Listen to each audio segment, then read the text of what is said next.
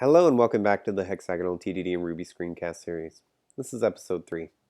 Let's talk about what we did in those first 2 episodes. In the first episode, we created the whiteboard gem. The whiteboard gem contains our high-level policy.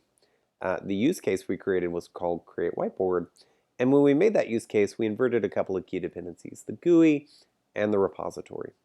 When we made the repository in the test, we used a fake, and we also created a contract for that fake, and really for anything claiming to be a whiteboard repo type. Anything claiming to be that type has to conform to the contract. In the second episode, we made the GUI. It was the whiteboard web. And in fact, when we did that, we went ahead and cheated a little bit, and we said, well, why don't we just use the fake whiteboard repo for now in our GUI? We essentially are deferring the decision for a little while because we said, hey, it's not going into production yet, so it's actually fine. Why don't we just use the fake for now? And then that way, when we finally do go into production and need to make something, a real sort of concrete persistence mechanism, we'll have more data about what the right technology decision to make is. So instead of making that technology decision up front, we're being good software craftsmen, and we're delaying that decision until the last responsible moment. So this episode is the last responsible moment. We're going to pretend like somebody's forcing us to deploy this into production, which means we can't use that in-memory repo anymore. I've sketched out a persistence gem here. If you look in the gem spec, it says, hey, we depend on whiteboard. We're going to use ActiveRecord underneath the hood. We're going to use SQLite underneath the hood, and we'll use RSpec. SQLite is something we're just going to use in the test. But because we're, of course, using ActiveRecord, then any real consumer of this can use whatever database they want to. Great. I have an empty spec here called whiteboard repo spec.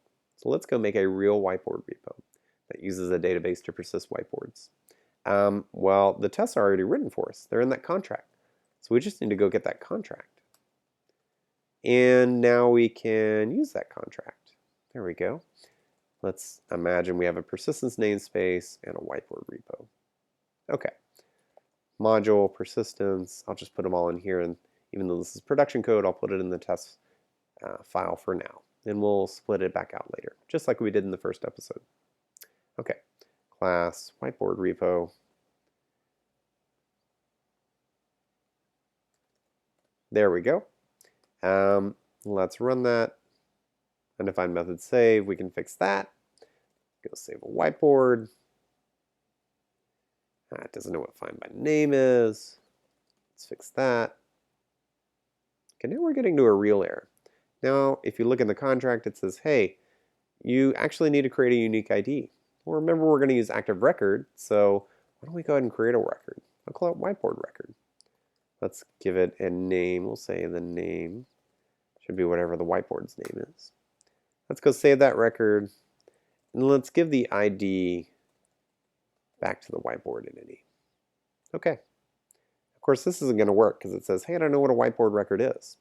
Well, that's a class we're going to have to make. And we're going to use ActiveRecord. So let's go ahead and say class whiteboard record, inherits from ActiveRecord base. What happens if you run this? Well, this is a little bit interesting. It says, hey, you haven't connected to a database. Connection not established. Well, that's easy to do. Even though we're not using Rails, ActiveRecord has all these great APIs for doing this kind of stuff. You can establish a connection. And as I said in our test, we'll just use SQLite, and we have to give it a database name. So let's call it testdb. Okay, let's run that. And now we have a connection, but in the database, there's no table called whiteboard records. Well, of course, how do you do that with ActiveRecord? You create a migration. Let's call it create whiteboard records table. ActiveRecord migration. Let's create a change method. We'll create a table, whiteboard records, and we'll create the name column. Well, if you run that, you actually still get the same error. Creating the migration isn't enough. You have to actually run the migrations. We don't have Rails here, so we can't do rakedb migrate right now. But we can actually just use the migrator that comes with ActiveRecord. You give it a direction, you say, here's some migrations that I want you to go run, and you call migrate. All right, now we're back to a real error. Let's go down and see where this is happening. Great. Now we just need to implement find by name. That should be easy. Let's go use our ActiveRecord whiteboard record to find by name. If we found the record, then let's go actually return a whiteboard entity. Name will be the name that was passed in. The ID is the record's ID. Otherwise, we can return nil. Okay, so you probably expected that to pass, but you forgot that we're not clearing out the database in between each test run, so we're actually getting this mismatch in IDs. Let's go fix that. rspec, configure, do, and we can just say, hey, before you run any tests, make sure you clear out the database.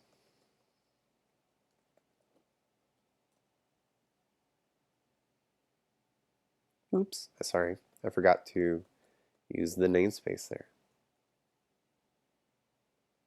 Okay, now everything passes. Great.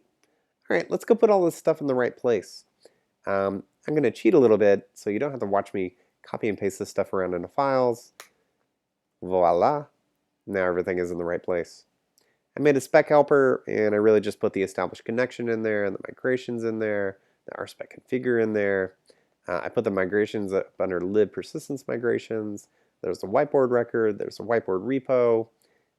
My battery's going to die, but no big deal. And then we have this persistence RB here. Cool. Let's go use it in whiteboard web. Well, how do we do that? First we go into the gem file and we grab the persistence gem. Okay, now that we got that, we probably also need a database, so let's do that. Okay, let's just run bundler. There it goes. Okay, everything's in there. Now let's go migrate our database. This might be a problem. If we go into our plugins, whiteboard web, and we try to look at our data, our rake tasks, you'll see that it's missing database. Well, that's because nowhere have we actually used the ActiveRecord rail tie, which would give us all those rake tasks. So what do we do this? If Rails is defined by something that's requiring this gem, say if defined Rails require ActiveRecord. Great. Now what happens if we do rake t?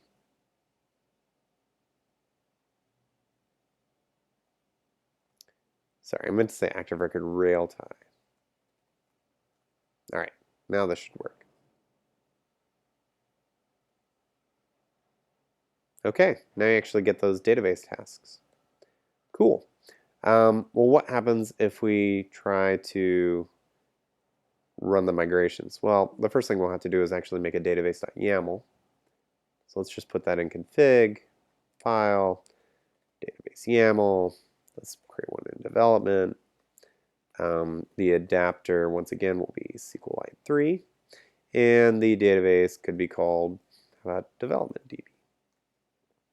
Okay.